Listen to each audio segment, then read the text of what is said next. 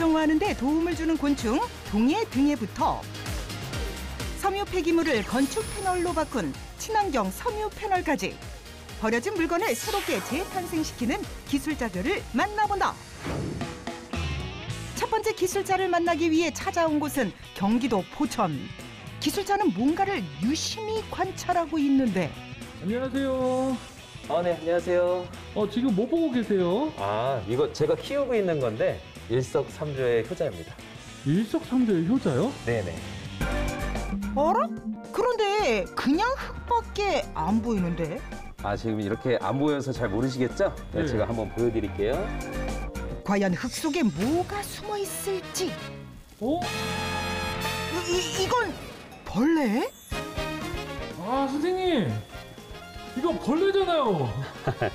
이게 네. 동해등해라는 곤충이에요. 곤충이요? 네네, 이게 효자입니다. 효자 노릇 톡톡이 한다는 기술자의 곤충. 도대체 어떤 곤충이길래 궁금해진 나머지 기술자를 따라가 보는데. 여기는 동해등해가 알을 낳는 곳입니다. 알이요? 네네네. 유충에서 성충으로 우화를 한 직후에 동해등해는 교배를 하고 이 동그란 틈 속에 알을 낳는다고 한다. 동해등해는 파리과입니다. 파리는 해충이라고 얘기를 하죠. 근데 네. 동해등해는 익충이라고 얘기를 합니다. 파리목에 속하며 파리처럼 생겼지만 사람을 해하지 않고 우리 생활에 유용하다는 동해등해. 중요한 역할을 하는 만큼 기술자는 환경 조성에 더 신경을 쓴다고. 이 파란색의 파장이 그 동해등해가 교미와 산란을 하는데 좋은 파장입니다. 그 다음으로 장소를 옮겨 또 다른 작업에 돌입한 기술자. 그런데 지금 뭐 하고 있는 건지? 제가 아까 동해등해가 일석삼조라고 말씀을 드렸잖아요. 네, 맞아요. 네, 그 중에 하나의 이유가 여기에 있습니다. 여기요? 네네. 별다를 게 없어 보이는 액체. 과연 이것의 정체는? 이게 동해등해가 먹는 음식물 쓰레기입니다. 음식물 쓰레기요? 네네네. 음식물 쓰레기를 먹이로 준다? 그냥 음식물 쓰레기가 아니라 음식물을 단미사료로서 가공을 해서 열을 처리를 해서 좋은 영양성분이 들어있는 그런 먹이입니다. 동해등해 유충은 수분을 만나면 움직이지 않기 때문에 수분 조절제로 꼭 톱밥을 넣어준단다. 저희가 한 10에서 한 12톤 정도 처리를 하고 있어요. 하루에요? 네네. 동해등해는 하루에 무려 톤 단위로 음식물 쓰레기를 처리한다고. 동해등해가 음식물을 어떻게 처리를 하는지 제가 보여드릴게요. 네네. 음식물 쓰레기를 주자. 오랜 잠에서 깨어난 것처럼 움직이기 시작하는 동해등해. 그리고 기다렸다는 듯이 빠른 속도로 음식물 쓰레기를 먹어치웠다. 제가 환경업체 쪽에서 일을 하게 되었어요. 근데 그 환경업체다 보면 음식물 쓰레기 문제로 되게 심각하다는 걸 알게 됐거든요. 그래서 이걸 어떻게 하면 좀 더 친환경적으로 처리를 할 수 있을까라는 거를 고민을 했고 동해등해라는 거를 알게 되었어요. 또 다른 동해등해의 비밀을 알려주겠다는 기술자. 아까 제가 일석삼조라고 말씀드렸잖아요. 네네. 일석삼조의 비밀 한 가지가 여기 또 있습니다. 또 있어요? 네네네. 이게 동해등해가 먹고 배출한 분변토예요. 동해등해 분변토. 일석삼조 중 두 번째, 바로 비료로도 사용된다는 동해등해의 분변토. 좋은 영양소를 먹고 배출을 했기 때문에 아무래도 화학 비료보다는 식물이 자라는데 더 좋은 영양소를 가지고 있습니다. 동해등해의 역할이 마지막으로 하나 더 남아있다는데. 동해등해를 건조시킨 거예요. 70도에서 8시간 동안 건조를 시켰는데 이걸로 이제 동해등해 분말을 만들 거예요.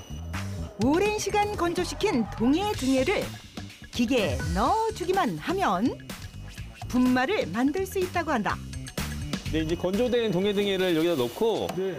요 간을 통해서 이제 두 가지로 나눠지는데 한쪽은 분말이 나오게 되고 한쪽은 기름이 나오게 됩니다. 기계가 작동하기 시작하자 영양소가 풍부한 분말이 나오기 시작하고 다른 한쪽에서는 기름이 나오는 걸 볼 수 있었다.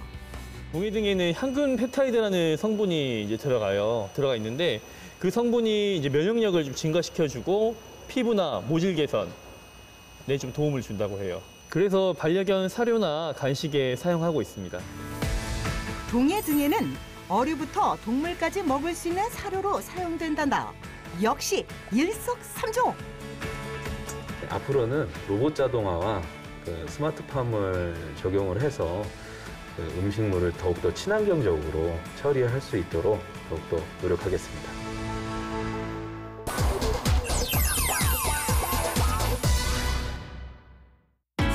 두 번째 기술자를 만나기 위해 찾아온 곳은 충청북도 진천군.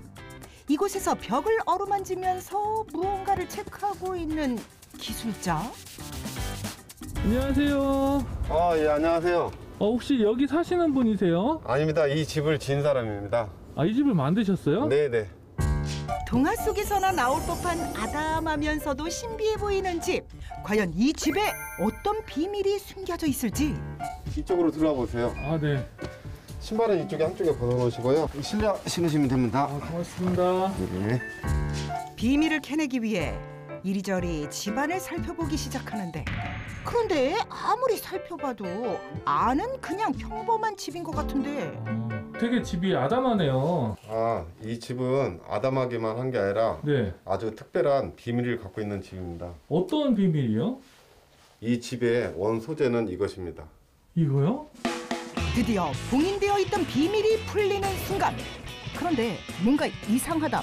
이건 그냥 천조각 아닌지? 네, 맞습니다.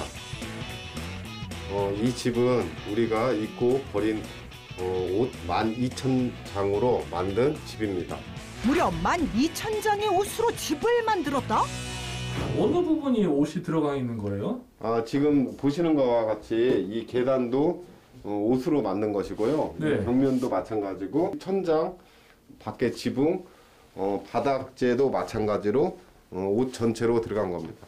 와, 근데 이게 다 옷인 거네요, 그러면? 네, 그렇습니다. 놀라진 마시라. 집안의 뼈대를 제외하고 모든 것이 옷으로 만들어졌다는 사실. 그런데 다른 집처럼 단열도 잘 되는 건가요? 이것은 이 벽의 단면도를 구현해 본 것입니다. 얘 같은 경우는 양쪽은 굉장히 딱딱하고 가운데는 소프트합니다. 여기에서 찬바람이든 더운 바람이 들어오더라도 1차적으로 아주 강하게 막아주고 순환이 된 다음에 여기에 또 반대쪽도 밀도가 굉장히 강합니다. 그래서 여기에서 단열이 가능합니다. 이번에는 갑자기 벽에 물을 뿌리는 기술자. 아니, 옷으로 만들어진 집에 물을 뿌려도 괜찮은 건지? 면섬유는 물에 딱 담그면은 물을 팍 흡수를 해요. 맞아요. 하지만 폴리에스터나 이런 나이론 같은 경우는 물이 먹지 않습니다. 그래서 이 겉면에는 다 이 폴리에스터 성질로 되어 있기 때문에 비가 오거나 눈이 오더라도 여기에 물이 침투되지 않아서 걱정하지 않으셔도 됩니다. 하나의 집안에 부분 쓰임에 맞는 원단을 찾아 사용했다는 기술자. 저는 옷을 만드는 재단사였습니다. 그리고 어느 날 그 옷을 만드는 과정에서 새 것인데도 불구하고 약 20% 정도의 그 쪼가리 원단을 버리게 됐습니다. 그래서 이것을 어떻게 해결할 방법이 없을까라고 생각이 들어서 개발하게 되었습니다. 해섬유는 환경오염을 유발하기 때문에 대책 마련이 시급한 상황이라고. 기술자는 친환경 섬유 패널을 제작하기 위해 먼저 폐섬유가 다 모아지면 동일한 크기로 파쇄하는 과정을 거친단다. 파쇄한 이후 결과물을 꼼꼼하게 확인하는 기술자. 옷을 이렇게 물리적으로 솜같이 분류를 해가지고 네. 만든 1차 원재료입니다. 기술자는 화학적인 염색을 하지 않고 버려진 원단을 수거할 때 같은 색끼리 모아서 색을 낸다고. 여기 그레이 컬러 같은 경우는 백색에다가 검정에 그 솜같이 만든 것을 10%를 넣고 이 위에 거는 20%를 넣고 얘는 50% 넣고 그래서 이 색깔을 이렇게 톤으로 맞춰서 하고 있습니다. 그 다음에는 손뭉치를 겹겹이 다 쌓고 나면 침대처럼 폭신폭신한 패널이 완성된단다. 처음부터 뭘 만드냐를 결정을 내리고요. 어떻게 숙성을 시키느냐에 따라서 그 용도에 맞춰서 또 다시 변신을 시키는 겁니다. 밀도가 낮고 입체감이 있을 경우에는 내장재로 주로 사용된다고. 그 반면에 밀도가 높은 것은 외장재로 쓰인단다. 이번에는 완성된 폭신한 패널을 하나 둘씩 쌓기 시작하는데 화학 섬유, 폴리에스터나 나이론 같은 섬유를 그 열로 인해서 녹이는 그 과정에 얘를 고르게 그 잘 퍼져서 엉기도록 그런 과정을 하는 것입니다. 기술자는 프레스 작업으로 숙성을 한 이후에 다음으로 냉각 과정을 거친다고 한다. 원하는 사이즈대로 일정하게 그 사방이 가운데와 평평하게 최대한 나오게끔 그 순간 냉동을 시키고 있습니다. 오랜 과정 끝에 완성된 섬유 패널. 완성된 섬유 패널은 가구, 내외장재, 인테리어 등 다양한 곳에 활용되고 있다고. 지금 현재 이 패널은 거의 다목적으로 다 사용이 가능할 정도로 제품의 기능을 다양히 갖고 있습니다. 어떻게 하면 친환경에 이바지할 수 있을지 늘 고민한 끝에 친환경 섬유 패널을 개발했다는 기술자. 동남아나 중남미에 그 대형 공제 공장이 되게 많습니다.